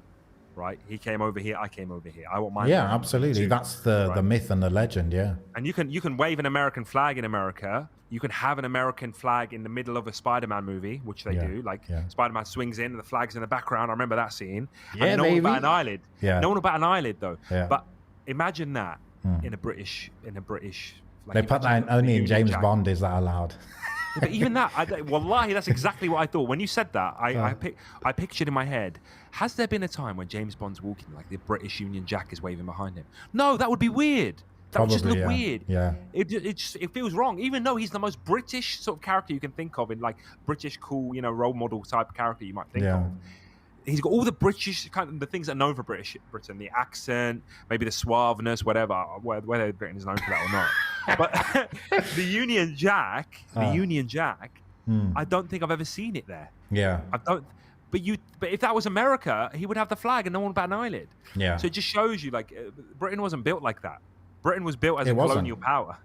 You know, it wasn't, and the US is a new country, and it's like built itself from day one based on certain myths, legends, and stories around how it wants to be perceived, you know. And even to the point where, you know, like, we think of Hollywood like it's a business, but it's not just a business. It's subsidized by the government, right? For example, I'm sure many people have heard of this. The US Army will give tanks and stuff to Hollywood to use in the movies because they want to promote themselves. Yeah. Right? And I'm sure there's much more where that comes from, like not just tanks, there's probably other things. I can't remember what film it was, like they mentioned that actually. It might have been Independence Day or something along those lines, where you know, they have like advisors that come in and make sure that everything is the army is positioned or filmed. I think it was like a mandated thing actually. There was like some mandated rule that if you're going to use the US Army, they have to be presented in a positive light. They have to. They can't be represented in a negative, like. And obviously, got extremes of that. I've never seen American Sniper, but I've heard like it's saying it's one of those, you know, propaganda type pro-American army films that glorifies the crimes that basically they did abroad. You know. So yeah, and I'm trying to think. Really, I am trying to think of an American movie that that painted the picture of the U.S. Army in a negative light. And I can't think of one. And I think that's what the research it was. Some movie like maybe kind of did or almost did, and they kind of stepped in and vetoed it in a particular way. You know, they might have movies where like there's a soldier and he's having mental health issues and he's like having a breakdown. Yeah, they might. But that's going to generate some empathy, isn't it? Yeah. But I'm trying to think of a movie where they've been painted as like almost like the villains. And I can't think only documentaries really, not movies. And who watches documentaries, bro? Who's got time for that? Yeah, especially ones behind a paywall, bro. Yeah, man. What about that then? What about... Because we talked about This Is a Woman. No, What is a Woman? This is a Woman. This is Right here. That's part two. That's part two. This is a woman, by the way. Yeah. One thing I think we didn't discuss is the fact that, like many of these things, even there was that, do you remember that documentary? I think it was on Netflix, and it was like The Social Dilemma. That's it. Oh, yeah. It's about, I think it's like the problem with social media or something like that, right? Is that what it's about? Yeah. So someone told me about that. I hadn't watched it, but someone told me about that. And I think the same might apply here, is that they don't come up with like a solution, or the solution that they talk about really like goes all the way out of the way to really deal with the real issue. Right. And I think someone was telling me, like in the social dilemma, it was so obvious that the reason or the problem is like something like rampant, like liberalism, like the ideology of liberalism itself, or like out of control capitalism or something like that. But no, the solutions that were kind of alluded to in the end was like trying to just get away from that. Like, we can like, we can all be happy and nicer on social media. That would improve it. But like the real issue, they don't want to deal with it. And I think the same goes for what is a woman, in the sense where as long as you believe in liberalism and freedom and like that as the highest value, then a lot of these, wacky ideas, sometimes they're hard to argue against. Or even if you argue against them, like, what are you offering to the world? What are you suggesting? What are you proposing for us that is a better way for society? I disagreed with that. I know, like, there was criticisms of what is a woman, and that kind of criticism of like, oh, but it's not actually. Even I did say, I think I remember saying, like, he never gives. Yeah, you did like, say that. what Yeah. the answer is, yeah. But when I was thinking about it more, I was like, well, not everything's going to be handed to me. Like, and at the end of the day, is like our podcast does the same thing. We talk about things all the time. The only difference we've got is that we can say objectively, Islam is your solution to this. Well, that's a big thing. That is. I know that, but that's easy for us to do that. It is. I'm saying when you're producing a documentary like that, the moment you say what the solution is, you are then bound by the agenda of that thing. So, for example, if I was Matt Walsh, quote unquote, and I did that documentary, and then right at the end, I'm like, the solution to this is going back to Christian values. Yeah. Right. Yeah. Then you would suddenly be branded the Christian fundamentalist, Westboro Baptist Church evangelical preaching documentary maker has made this. Yeah. And that's his conclusion. I appreciate that. What was more powerful is that he didn't do that, because all he then did was show the absurdity. Yeah. And then everyone else can have their conversation about this absurdity, as opposed to saying, this is absurd, this is what I suggest. Because once you say this is what I suggest, no one cares about the absurdity anymore. They care about the absurdity of whatever you suggest. You understand? If I say, oh, look at all these problems, Islam is a solution, the normal, not normal, but the non-Muslim person watching that will just be like, oh, this is some fundamentalist Islamist documentary. They've got this problem and that problem. Yeah. You understand? It distracts away from what you've just highlighted as a problem. Yeah. So I like the fact that it was like very touch and go, like very touch and release. Yeah. Talk about the problem and then let go. Let's discuss. Let's be very. And you could tell it was calculated, bro. Because really and truthfully, he didn't. Rarely, I mean, he did it occasionally, but rarely did he go and start challenging like people. He would ask him a question, but it's a question they should be able to answer. Yeah. Not just Basically, he let them shoot themselves in the foot. Yeah, and I think that's way more powerful. I agree. I know, like, there's some speakers that said, oh, he left out this and he left out that. I was like, yeah, but you don't realize if you put that in, it wouldn't be as impactful. It would just completely shut off the impact that it could have. Yes. And I know I also said, that it's behind a paywall and etc. But now I've seen his socials and all this stuff on YouTube. He's put most of the clips, or most of the content is out there now. Even the stuff where I said to you, oh, there's a part of it where it goes really dark and it talks about the origins. Even that's out there as well now. Okay. So he's made the documentary and then he's pretty much split it up and put the majority of the stuff out there to see. So people have access to it. I was just a bit like annoyed, like, okay, well, you can't make something like this and then not get access. And it showed. He also highlighted the the two-sidedness of people. Like, he sent this documentary to loads of film critics and journalists and stuff, and people would just refuse to watch it. And he even had tracking. So he had this ability to send you a link. Let's say I sent you a link, Amin, please review my show. they would review it, give it 1 stars, but then he could check how much of the show they've watched, and Sick. they haven't watched any of it. They've either watched like 2% or not watched it at all, put a review, and it just shows their dishonesty. That's clever.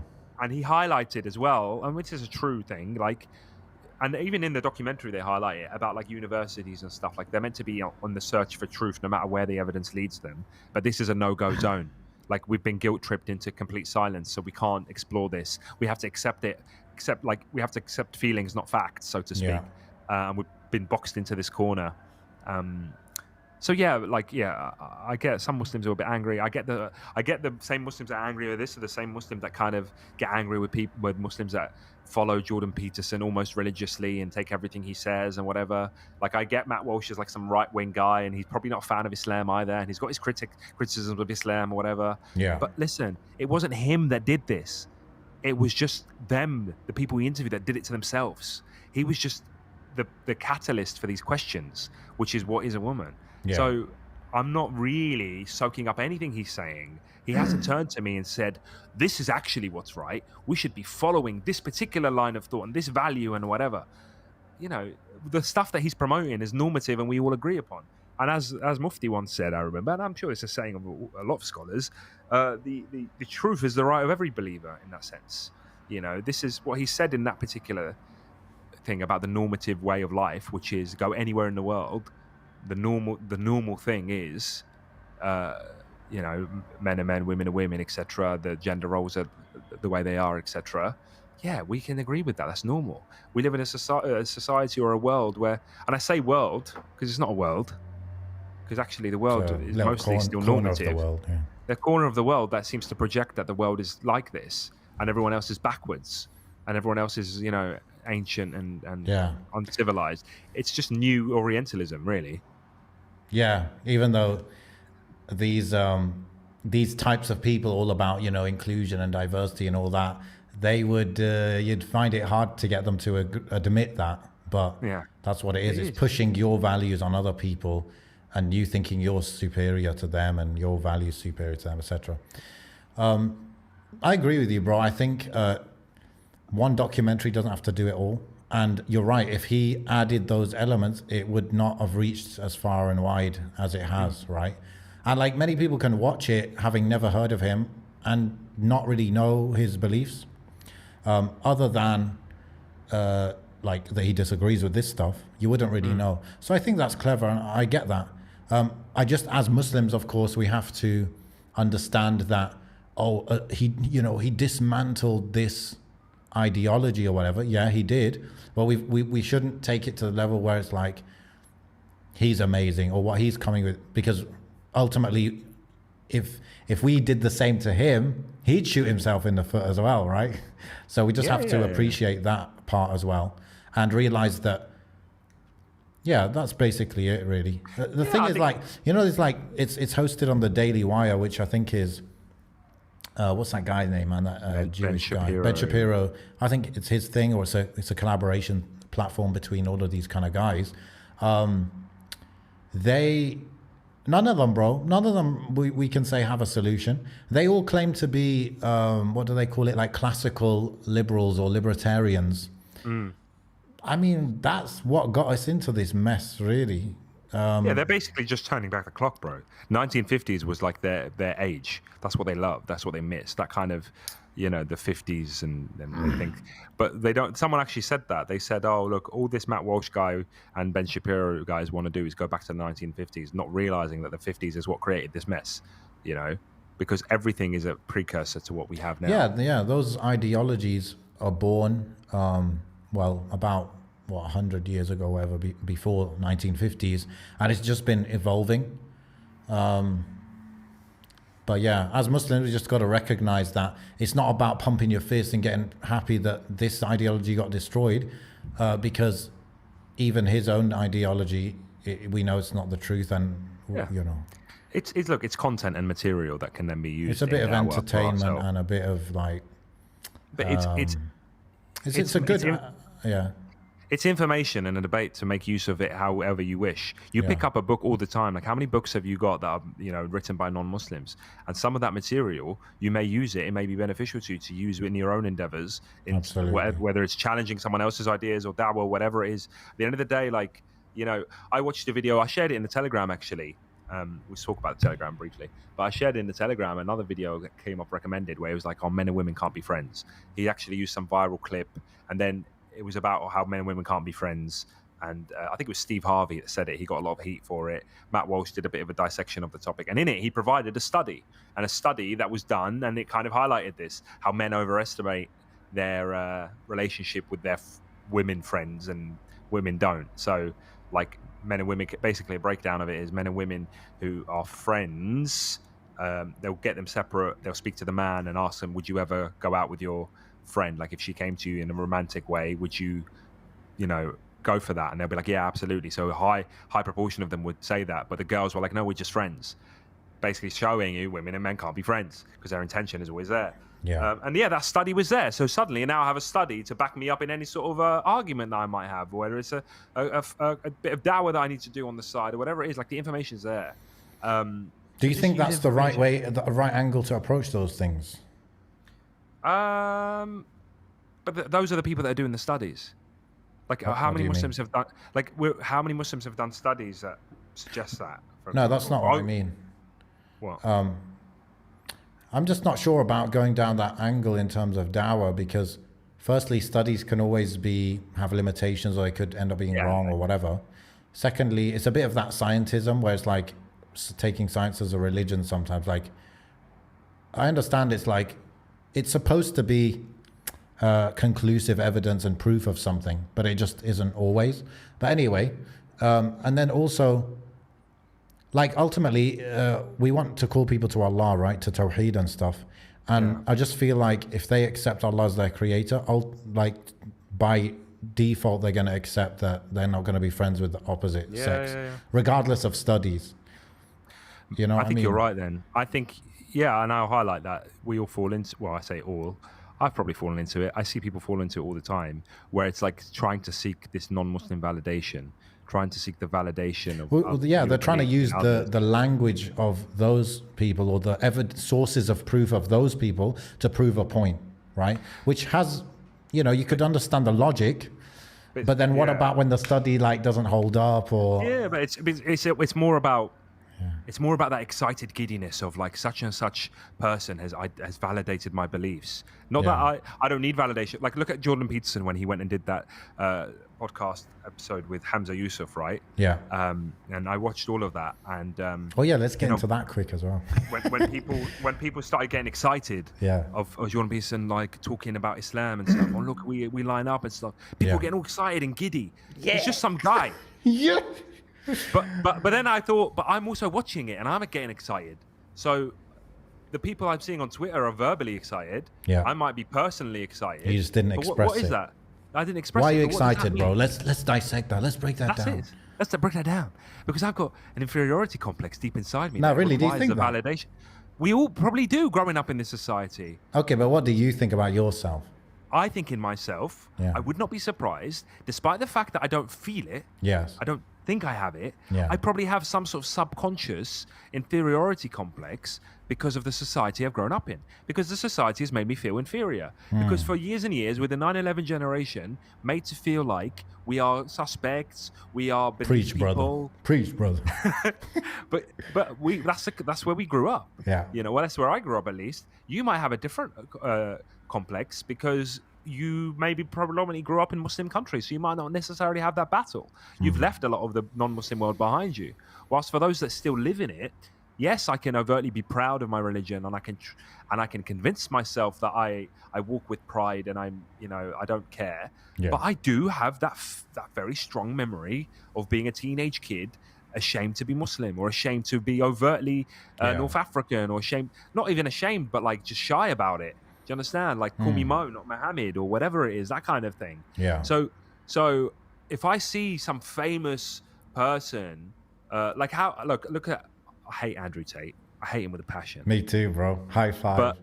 high five. But there's that video that was going around for ages where he was yeah. Oh, Islam is the truth. Whatever his accent is. And Islam could fix it. You know, that kind of thing. And he kept saying that. And Bro, like, oh, if we you need got to do a whole girl, episode with you speaking like that. it's called Islam can fix it. And that's what he kept saying. Like, and people were sharing that like it was the gospel. Yeah. And I was like, this guy just pees me off, and you're sharing this. Yeah. Like this is how low the bar is. I need validation from this guy, who is literally just, from what I know of him, he's just scum, bro. Just womanizing piece of. I call him Hayawan Kelb. That's my code name for him. And he's overtly like that, you know. I don't even care. Like, may Allah guide him. Because if he was to become Muslim tomorrow, bro, if he was to become Muslim tomorrow, I'd give him a hug, bro. Yeah, I'd give him a hug. I'd kiss his forehead. Yeah. But that's not what's happening. Right Kiss now, his bald head, bro. right now, bro, he is, you know, spewing just trash and trash. Yeah. And I'd only ever seen, the first video I ever saw of his, to be fair, was that video that went viral. He's like, Islam could fix it. So I was like, oh, I don't know who this guy is. Yeah. Then I kind of started seeing your videos, and then I kind of went on this rabbit hole of like, why are some of the people I followed were sharing his stuff? So I was like, what is this guy? Yeah, Clicked on his stuff, yeah. bro, and I was just appalled. That's why I made those videos, man. Because it's like, I don't see how Muslims can be looking up to that. Bro, I don't get it, man. I saw a video where he basically said that, I don't know if it was men, I think he was talking about men that cook are just idiots and ridiculous and whatever. Like, why would you cook? Waste so much time. And he started making fun of people that put Yeah. He does that with everything. He makes fun of people that drive electric cars, makes fun of it, like everyone. Bro, he was making fun of people that cook food. Yeah. That's your Messiah? Yeah. Do you understand? Like, I mean, anyway, what a so lot of people hard? tell me, like, to defend him is that he's just acting and he's playing around and it's like marketing and stuff. It's like a stunt. And I agree with that, right? It's like at least 50% of it is that. But it's no excuse for Muslims to look up to him or follow him. Like, why would you want that in your face? I'm just remembering more. Like, I remember one video where he said he watches gory videos for fun, like the most violent stuff. People being, I'm not even going to say, like, just imagine the most violent stuff. He goes, I watch that stuff. I watch that stuff all the time so that if I'm ever in that situation, I'm ready. Like, I don't flinch. Gosh, like, this guy's unhinged. Did you see the one where he's like, if you're my friend and you have a heart attack, get up. What heart attack? Get up. He's like, my friends aren't allowed to. I can't even say it because he swears every 5 minutes, every 5 seconds. Those are the people that historically, from what the trend that I see, and Allah knows best, they just die an awful death. And like, they're the kind of people that die on a toilet or something, or die in their very Who died on the toilet? way. Was it Eazy-E? No, I don't know. Elvis did, I think. Okay, Elvis. Oh. But some, like, those are the kind of people, like what kind of death does he think he's going to have? Does he think he's going to die in battle in the Roman Empire? Yeah, unless he becomes Muslim, Allah Yahdi. Yeah, no, Allah Yahdi. And may Allah guide all the people that like have some sort of appreciation for Islam, especially because maybe there's something that Allah knows best. Yeah. But don't come on the podcast start saying Islam can fix it. Let's start chatting all that crap. I was thinking, you know, if you want Islam to fix like stuff, then I think we're gonna have to like give you at least a few lashes. Bro, Islam can fix him. Yes, exactly, it can. He's such a misogynist woman. I hate using those words, but like he's just a piece. Like he just sees women as objects. Like he's just the biggest definition of like an objectifier of women. Yeah, and we're posting his stuff. Like he's just vile. Like I wouldn't want him looking at I wouldn't even want him looking in the direction of my family. Or do you understand what I'm trying to say? Yeah. I wouldn't even near. I'd see him on the street and thing he said, down. There's one thing he said, yeah, and it's funny if you know he's like acting and stuff. Yeah, he's exaggerating. He's like, he said something about someone asked him like, oh, why don't you, I don't like take your girlfriend to the restaurants or take her out or something. He's like, what do you mean go out? They don't go out. Like they're just locked at home. Bro, he's disgusting. Oh man, it's everything I hate about men. Like all the negative traits that piss me off about men, bro. He's not a man, bro. No, well, you know, what is a man? Hayawan. Read my book, innit? What is a man? Read my book. I need to read your book, bro. I haven't read your book yet. I bought it to support the movement. Jazakallah I ain't khair. read nothing. By the way, when you bought it, there you go. When you bought it, I lost money, so you got to read it. Look, I'm telling you, bro. This book, man. Look, it's got pictures, bro. That's Listen, bro. So going back to the Hamza Yusuf interview. Yeah. So you got giddy. Is this copyright? Is this copyright? Is this copyright? I can't show you pages, bro. All right. Yeah, Did I get giddy? Parts of it I did, but I liked it. I liked that. Like there was one. The only bit that I kind of remember that I was kind of like all excited about is when Hamza Yusuf, when he asked like, "Oh, Jordan Peterson was like, oh, I wish I could like have the best, like the part I could be Muslim and, sorry, if I could be Christian and Jewish and Muslim all at the same time." And then Hamza Yusuf was like, "Oh, but that's it. Like, be Muslim, accept Islam, because with the beautiful thing about Islam is you get the Old Testament, the New Testament, and the Final Testament." Yeah, bro, I've never heard of it like that, and I was kind of using it, saying it that way in Dawah. I think is very impactful. Saying Old Testament, New Testament, and the Final Testament. Now I know that doesn't necessarily 100% make sense because we don't really have what Jesus said. Yeah, we don't accept that fully as well, those books. But yeah, we that's not Isa's. Bro, we just say it to get them in the door, bro. But saying that, I mean, saying it as like a concept. I'm not saying as like a fact. Like as a concept. As a concept, like you get what Abraham preached and Moses preached. Exactly. You get what Isa preached, and you get what the final prophet preached. Yeah. When you put it in that way, I was like, ooh, that was smooth. I like that. That was actually quite powerful. Yeah. Because then you feel like you're missing out on the same thing. It's like watching. Oh, I don't want to say it. I was going to say something. No, I'm not going to say it. Yeah, it's like you're on the 2.0. Like I'm on the 3.0. Like come to the 3.0. Like, exactly. You've only watched the sequel, bro. You're on iOS 12. Like come to iOS 15, man. Or 16. You get the collector's edition, bro. You need the whole set. Exactly. That's it. Yeah. You're missing out, bro. Yeah. So. And I like that. And I think the good thing is, obviously, the beautiful thing about Islam is that it covers all of that. Yeah. It covers Musa alayhi salam. It's got an answer to what happened to people before the Prophet sallallahu alaihi wasallam. And you're not missing out. You're not, like, if you're reading you don't have to deny, If you're reading the Bible, you don't know what happened at the end. You don't know what happened to the next prophet that came along. You're missing out on the story. You're missing out on the journey. You're missing out on the whole part of the religion there. But when you have the Islam, bro, you've got it all together. Yeah. So, but when you watch stuff like that, like the same thing when Muhammad Hijab was speaking to him, and Hamza Yusuf was speaking to him, sometimes I'm just like shouting at the TV, bro. I'm like, no, don't say that, say this. Yeah. You know what I mean? Yeah. Because like sometimes I think there's such an easy, obviously I'm an observer, so it's easy for me to say that. Yeah. But sometimes I'm like, oh, like you're not just talking to him, you're talking to his audience. So why say that when you could say this? Like, absolutely. And I just end up debating with myself. Like when someone asks, I think one time he asked, like, people ask me this all the time at work and whatever, non-Muslims, like, what's Islam in a nutshell? And my usual go-to is trying to talk about that straight line in terms of lineage of religion, of Tawheed, I try and say, listen, you're familiar with all these prophets. I'm going to name them. I'm going to tell you from Adam till now, they're all on to Muhammad sallallahu alaihi wasallam. They were all on the same thing. And I always say, there's only ever been one religion, and the messenger comes with one religion.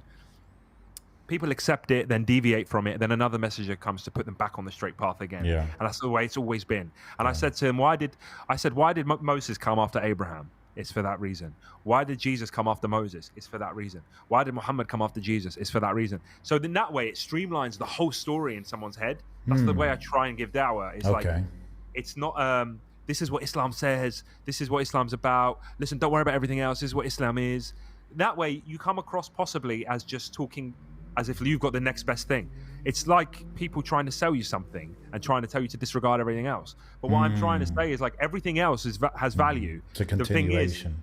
It's a continuation. It's just a continuation, and it's a realigning of what the original message was. Yeah. And at least that way, it kind of broadens Islam in someone's eyes. Because you've got to remember, a lot of non-Muslims, they just see Islam as this Middle Eastern faraway religion that's on the shores of our country that they can't identify with.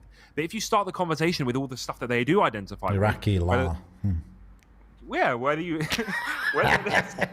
whether it's Jesus or Adam alayhi salam or Isa, Musa alayhi salam or Ibrahim alayhi salam, if you start realigning it that way, then once again, it's like that tactic of like, oh, I might be missing out on something here. That's good, yeah. So obviously that's what I try and do. And that's something specific to like a Christian nation versus like you wouldn't say that to a Chinese person, right? Because they don't have that same tradition. One like there was some girl at work, bro, who I started talking to about this sort of stuff. I remember she like the question kind of started, the Dawah sort of started when they were asking me about my faith and everything, and I just said, oh, what do you kind of believe in? And she was like, oh, I don't believe in anything. I was like, oh, so what do you think you're here for? Like, what do you think the purpose is? Because I've never really thought about it. Like, so I thought you never thought about like your existence and what it means and why you're here. She goes, no, to be honest, I don't. I was like, well, doesn't that keep you up at night? Like, surely you've had an existential thought. Yeah. No, not at all. I just couldn't understand this girl. I just didn't understand. What about, has she ever thought about what happens after death? No, she said it doesn't cross her mind. And she seemed like she was being really sincere. She's I was probably like, no, seriously. high, bro. But Constantly. Either way, that's how I brought it in, like the Dawah there. I just spoke about this straight line of Tawheed. Yeah. And then I said one of the examples was like, listen, I believe that every religion, more or less, has possibly deviated from this original path. I said, that's why you find a lot of similarities. It's not that religions borrow from each other. It's that the source was always the same. You know? And why do you think maybe? Here's an example. I said, this isn't 100% true. I can't confirm it. But there may be a case why is like all religions almost have a period of fasting or some sort of concept of fasting. Like, where's that come from? You know, fasting is one of the most rewardable actions in front of Allah. That's what we understand in our religion. So if Allah has always been the Lord of the heavens, of the heavens and the universe, etc., then it's always been something that pleases Allah. So that's why maybe all these religions have had it, because it's from the same source, maybe from Adam alayhi salam. Yeah, similarities like that. So, you know, covering the head or growing the beard or gender roles or, you know, modesty, the concept of modesty or all of this sort of stuff. The similarities are there because the source is the same. Yeah. But yeah, I must admit, I was still, even now, I'm still trying to wrap my head around how sincere I felt they were being when they said they don't think about this stuff. Because it just... Wait, you feel they were sincere or no? I feel like they were, which is worrying to me because I didn't know that. It worried me, honestly, it did, because I just didn't think... I really did think that humans thought about this stuff and just tried to mask it, you know? And it'd only come out in a deep conversation like this. You know, like what I was expecting the least of them to say is, well, yeah, sometimes it's across my mind, but I don't like to think about it. Yeah. This is someone who literally was just like, I've never thought about that. It doesn't bother me. I don't think about it at all. And that worried me, bro, because that like made me feel like, is there even anything in your heart? Because how can you look at everything around you? Like, how can you look at everything around you and just not have even a fraction of a second to think? I mean, maybe, you know, sometimes people are like that, maybe, but then, you know, their best friend dies or, you know, something wakes them up. Yeah, but reality. You know, well, this person, her mother died when she was young.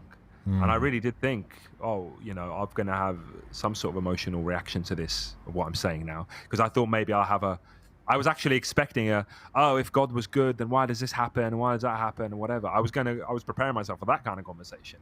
Didn't get any of that. I just got, well, it is what it is. Life is life. And, you know, and I just kind of I think I just felt sad. Yeah. I felt sad that you can live your life and not have a purpose like that. And I did say, like, listen, I said, you probably worship something and you don't know it. I said, we all do. I said, look, we were referencing other people at work, and I was just saying, like, look, that person literally worships their job. Like, that's their life. They eat, sleep, drink, and breathe their job. I said, some people worship themselves. I said, maybe even you worship yourself. You haven't got a clue. And he's like, oh, I don't worship. And I was like, well, no, I'm not talking worship as in like ritual worship. I'm talking about worship as in like that is what your world revolves around. That's what you eat, sleep, and drink. Like, that's what you think about. I said, that's what I consider Islam is my thing like that.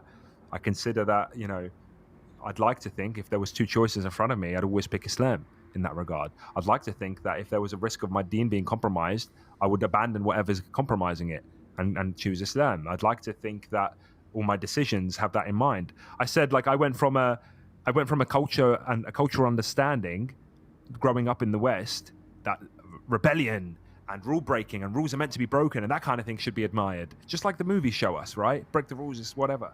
And I went from, like I said to you a few episodes ago, of like what shoes do I put on first?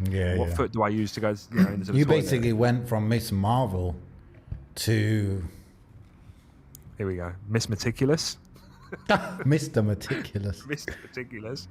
Yeah, but what is a woman, bro? That's got some transaction getting in there. Yeah, bro. I thought the best. I said this actually a few months ago. I was talking to Kaya and someone else about who should Jordan Peterson talk to about Islam, and I said, no, I'm afraid I didn't say you. I said Hamza Yusuf. No. Come on, you're aminomar.com, bro. You got a website. Yeah, I do. It redirects to my YouTube channel. Who needs a website, man? But yeah, bro, I think Hamza Yusuf, he did a really good job. Although you could always, pick at little points. But generally, I think it was perfect, bro, because he's like, I'm white, you're white. I'm American, you're American. I grew up in this year, this kind of decade. You grew up in that decade. I'm in California where it's like super liberal and I'm kind of out of place. And all of this, yeah, it was like perfect, bro. And then he's like, yeah, and I nearly died. And I started thinking about this and that. Oh, and he's like, yeah, I grew up like, my mum showed me all the different religions and I was like very open-minded. And then I actually chose Islam. Like, it wasn't like it was forced on me. It's like it was perfect, bro. It was the story, it was good. The problem is Jordan Peterson is very over about what his mission is, and his mission isn't to find the truth. His mission is to combine all three, and he even said that. Really, yeah. Like, his thing with Muhammad hijab was originally a possibility of peace, meaning. Yeah, that was rubbish. I'm comfortable in what I'm in, and I want us to all be peace. united. Yeah. I want peace. So let's talk about it. He's not even clear on what he believes, man. Like openly. Well, this is the problem with Christianity in general, because you've got a generation of people, not Muslims, Christians, that are hungry for routine and order. Something in their clear, life, yeah. but they don't have legislation in their religion to map that out like we do. And they've been like drunk on basically liberalism and self-worship, and they don't want to submit. I mean, some of them will, but you'll see. Like I saw some Christian guys protesting at some sort of thing, basically. And they were like, we need to go back to Christian values and this and that. And I was like, well, what is that? Like, can you pick up a book and tell me what's halal and haram? You can't. You haven't got rules. You've just got this concept in your mind that actually isn't shared across the board. I can pick up a book and find the evidence. Like, do you understand? Like, we're very evidence-based. Boom. We've got fiqh as well that we can go to. We've got ulama that we can go to. Yeah. I don't, like, what are you going to go to a pastor that just does sermons on a Sunday and screams go to hallelujah? the Pope, bro. Pope can cook up a fatwa with his satanic rituals. But we can't get like community cohesion. Of course, yeah. You can't, because there's nothing to base it on. I think the Muhammad hijab interview, I didn't like that, bro. It was too academic, and I was like, I know some of these words, them ones. Yeah, and that's and it was quite it was a bit there was conflict there. It wasn't like a discussion. It was a little bit of a debate. I mean, I rate him for like holding him to account on the whole warlord comment. But again, was that the first public interview with a proper Muslim? Was that the place to do it? I don't know. Maybe not. But Hamza Yusuf, I think it was much more suitable with the intention of exposing, Jordan Peterson's audience to Islam. Like, I think it was pretty good. It kind of. I think a lot of it was concepts and stuff that kind of. Yeah, there was still. Like academia and Levonsky said this and blah blah. I was like, dude, I was a. But they're both like that as well, though. They're both like that, like a bit ivory tower kind of. What excites me about Jordan Peterson isn't Jordan Peterson. It's just access to an audience. Well, yeah, obviously. Understand? Yeah, that's what it is. And I think people have to be conscious of that. Like, are you excited because you're a celebrity guy, like you're following celebrities, or are you excited because you're now Islam's getting exposure to all these people? Exactly, yeah. And that's where like being giddy would be good. Like, for the sake of Allah, being giddy that Dawah and people getting exposed to this. And I'd like to think that's where my heart was. I really do, because like. In all honesty, although maybe a year ago I kind of came across him and I started watching some of his stuff, and I was a little bit interested in the psychology side of things. But I think that's because I studied psychology at college and bits of that came through. But then after a while, just doesn't have that sweetness like Islam does. So I kind of fall off of that. I like those lecture recordings in uni where he's doing the psychoanalysis stuff. That stuff is good. Pretty much everything else I was never fond of. I got his book, and after like an hour, I just I just refunded it. Like, I remember, asking you about it, and you said, and I never bought it in the end. I had the credit, and I never used that. Yeah, not really. I don't think, like, I like it when things are like pop culture things I recognize are dissected. Like he did a dissection of like the Lion King. Yeah, and Pinocchio and all that. I only saw bits of the Lion King one, and like I appreciate the story of the Lion King. I understand the struggles in there, like just that concept of like a son taking over his father, or a son reluctant to fill those boots. Like, what is that? Yes. Like that whole. I like the whole dissection of the concept of him going away with Timon and Pumbaa into the jungle. It's like him running away from his problems. That kind of Peter Pan, forever a child kind of notion. Yes. And then the woman comes in to kind of wake him up. Like I get that because. That stuff blew my mind. Yeah. I like that though. That's cool. That's interesting.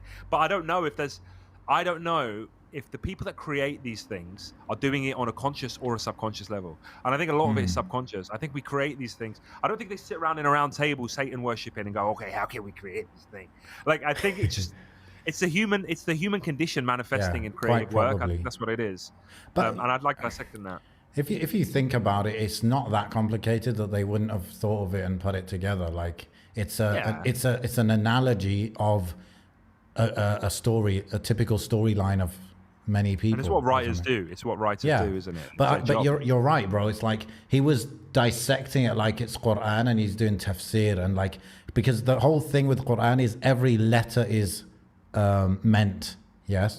But you know, like when you're like in year 10 and you're like analyzing a poem and you're like, he used this word because he was trying to, he was alluding to it's like, well, you don't really know if he was that into the weeds about it or not. Or if he was just like high off his head and he was just writing whatever came to him. I think, I've always been fascinated with the human condition and trying to, but obviously everything with a pinch of salt, man. Like, yes, bro. If you start getting into all that weird Freudian stuff, like you kind of, or maybe this Kinsey fella that I just learned about. Oh God. Oh boy. Let's wrap. This is one of the longest. Let's wrap. Is it? This is one of the longest in a long time, bro. I feel very bad for our employee. No, relax. Even more gems. Alhamdulillah. You can see, look, like my eyes are just like, whoa, like, come on, can we give up at this point? Like, let's sleep. Okay. Inshallah khair. Just quickly, we've got 2 Telegram groups now. Oh, yes. The first Telegram group that we had was, we're 2 dudes. So we probably subconsciously just thought dudes were going to join, not realizing that we have a prominent female audience. And at least my point of view is that it's an open platform and whoever wants to join can join and talk about Mind Heist stuff. But some sisters rightfully considered that they want a sisters section, right? Now, we can't really manage that. Why am I talking like this? I don't know, trying to sound amicable, trying to sound politically correct. Now, the 2 Sulaymans, actually, well, mainly your Sulayman, but I think my Sulayman also joined the group, have created a sisters section. And now the sisters have access to know whether we actually do practice what we preach at home. Because now they can ask our wives all these questions. Not really. That's what's going to happen. Is he really? Is Emmy really about this book? Yeah, okay, exactly. Can you tell us? Yeah. No, it's not about that. It's about... No. You know what it is? Like, there is actually a very good reason to have a sisters-only group, because the point of the group, in my view, the point always is to... Whoever likes Mind Heist, they probably think similar ways, and it's a place for those similar-minded people to just come together and chat and whatever, maybe become friends, maybe develop something out of it. Because like we use the podcast is a filter for a certain type of person, and if you like the podcast, you probably like the people that listen to the podcast, and so that's a place to meet people and chit chat. I think we forget that like our personalities are quite raw on here. So when there's people that are listening, then yeah, like you said, like-minded people that are more likely to get on because they've got similar sort of understandings, interests, etc. Not that we don't disagree and stuff on the platforms, but anyway, both links will be in the description or on Instagram. I haven't posted it on Instagram yet, but I'll do that. Yeah, I've got a little highlight on Instagram. Anyway, bro, I've been in the sun all day. Bro, I can actually see that you're wearing sunglasses and you got a little line where you weren't tanned. Earlier, right there. Oh, there it is. Yes. There it is. MashaAllah. I need to do something about that. Little makeup. All we do is make up and break up, bro. Okay. Buy my book. Yes. Did you put all your surnames in a hat and pick a random one? No, it's very deliberate. I was thinking, bro, like my next passport, is there a way I could get a different name on it? What, British passport? No, like from a new country. Probably, yeah. Yeah. When you fill out paperwork, like I remember filling out my Tunisian stuff, you can just write whatever you want on there. But then they go with a birth certificate, actually. So, yeah, you need a birth certificate. I need to buy a fake birth certificate. That's very doable. That's how you can become multiple people. We on Mind Heist do not condone fraud nor criminal activities. That is a disclaimer for all the authorities listening right now, some of which have been listening for a very long time. I don't know how you do it. You've got a lot of patience. Enjoy. Give us a review at least. All right, bro. Wrap it up before I make too many jokes. Definitely need that one. This long episode, we need that kafarat al-majlis. This is a funny episode. Yes. Assalamu alaikum wa rahmatullah.